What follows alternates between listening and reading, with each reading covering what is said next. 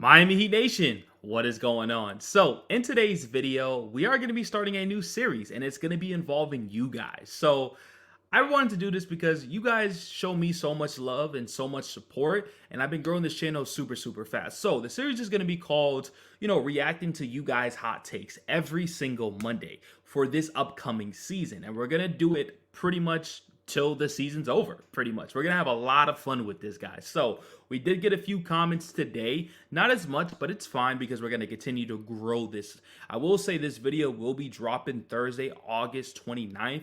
I'm making this video the day before, but after today, Mondays are going to be our special drops for this series. So, if you guys just enjoy Miami Heat content and you guys are new to this channel, by the way, too, smash that subscribe button. We'll love y'all. We get player interviews with players like Drew Smith and also Caleb Daniels and great creators. So, I appreciate that very much, too. So, we are going to go Twitter because this is mainly where all the comments are.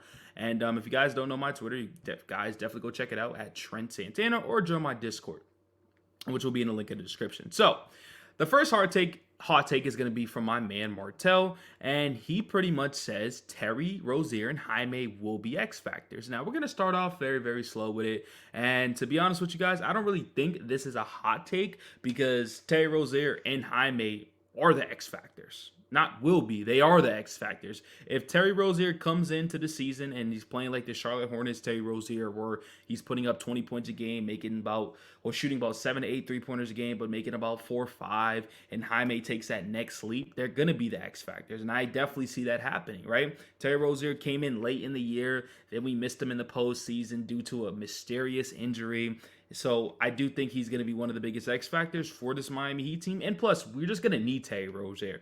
Jimmy Butler's body just can't hold up as well as the regular season. So when you trade a first-round pick for a player like Terry Rozier, where you're going to get a full offseason, a full training camp, we expect a lot from him. And then a player like Jaime, who just had an incredible rookie season, which was in the Rookie of the Year conversation for a while, then slowly fell off. We all know he wasn't going to win it, but he has shown leaps and bounds and just growing with this Heat culture. I definitely expect a huge year from both of these players if everybody stays healthy. And I get it. That's the big problem. If. And I'm over here having hiccups, of course, right? Now, Martel hit it with another one, and this is where it gets very juicy. It says Coach Spo gets fired and Jimmy Butler gets traded. Now, I love this one, right? Let me start off with Coach Spo getting fired. Coach Spo would never get fired. He's going to be Heat until he wants to walk out. And when he walks out, he's going to be walking up the stairs to the front office. He will never go anywhere. He's going to be a Heat coach. He's going to be in the Heat front office till he's no longer here. He's with us forever. This is a relationship where we'll never go anywhere. We love Coach Spo. He's the best coach in the NBA. It doesn't matter if the team's no longer good. It doesn't matter for a rebuilding. Coach Spo is going to be here. And if he does get replaced, like I say, he's going to the front office, but we're going to have a player that's going to Caron Butler, Chris Quinn. Those are the type of guys that will probably replace Coach Spo. So that's not going to happen, Martel. And then also Jimmy Butler getting traded. Now, this one is a little bit more realistic because I do see this, and I think we've been preaching this pretty much all offseason. I think it's time to trade Jimmy Butler. Now, you got to fill out the first 20 games. If the Miami Heat come out cold and they're got a negative record, then let's trade Jimmy Butler. Because one, you didn't even want to give him the contract extension, so why play out the season so we can be a top 8 seed once again, try to get into the playoffs, and then get bounced out in the first round? Let's not do that. Let's try to get our players. Let's trade Jimmy in the sense of getting some first-round draft capital. Let's keep growing our young guys like a Kel'el Ware, Nikola Jovic. You can keep Tyler Hero at that point, but also now you have draft capital, and now you got money saved up for the 2026-2027 NBA free agency. So I'm only for that. If the Miami Heat struggle early in the year, then move on from them. But if we're going to be competitive and everybody stays healthy, I think you keep Jimmy Butler. So that was a really good one. Now we got Anthony Bernardo. He says Jaime will be the 4th leading scorer for the Miami Heat next year behind Hero, Jimmy, and Bam. Now this is a very interesting one because I can see both sides, right? One side, it's, well, what's happening with Terry Rozier? Is Terry Rozier impacting the game different by playmaking and he's still being productive? Or is it Terry Rozier has been a huge bust and we traded a first-round pick for him and it just didn't pan out too well? Because I think Terry Rozier should be our leading scorer, our top leading scorer with our top guys. That's personally my opinion, right? But then you can also look at the positive side. Well, if Jaime's our fourth leading scorer, the leaps in growing with this dude is only going to be excellent for the future of the Miami Heat. If you guys think about it, his first year, like I said earlier, he almost was in that rookie of the year conversation. Almost. Well, he was. He almost could have won it, but then he dwindled down later in the season. He averaged about 12 points a game, almost 4 rebounds, and about 3 assists. This offseason, I could tell that he wants to work on his shot because he shot 32% from the three-point line.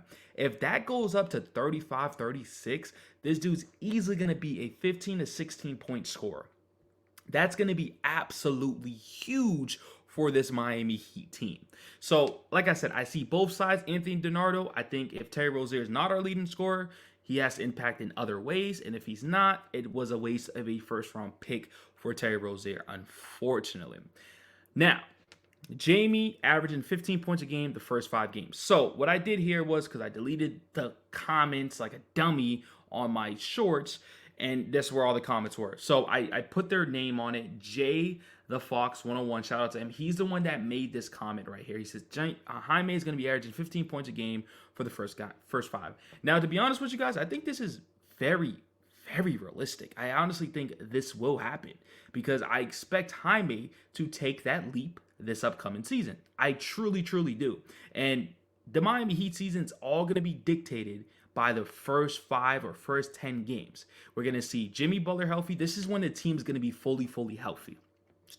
So that's when we're going to know if this team's going to be good. That's when we're going to know if Jaime is going to take that leap. So I definitely could see this happen, and I'm super excited for Jaime this upcoming season. So I definitely think that's a good one, but I definitely see it happening for Jaime, like I said, this upcoming year. Now, this one's coming from Chris Nay _ He pretty much says that Jimmy Butler 2K rating is correct. Now, if you guys don't know Jimmy Butler's 2K rating, it is about 89 overall. Now, to be honest with you guys, I don't agree with a lot of 2K ratings. I really don't. I think that game's trash. But this is one of the ratings I do agree with, right? Jimmy Butler during the regular season doesn't play that well. He coaches throughout the regular season, and I think we all know that, right? So I think they were actually being generous with Jimmy Butler being at 89 overall, right? Do you think Jimmy Butler's a 90, 91, 92 just because of playoff Jimmy? I don't think that makes you a high overall because as a NBA player, you have to play through the regular season and the postseason. You see all these superstar guys where they're 97, 96, LeBron and stuff like that because they play the regular season tough.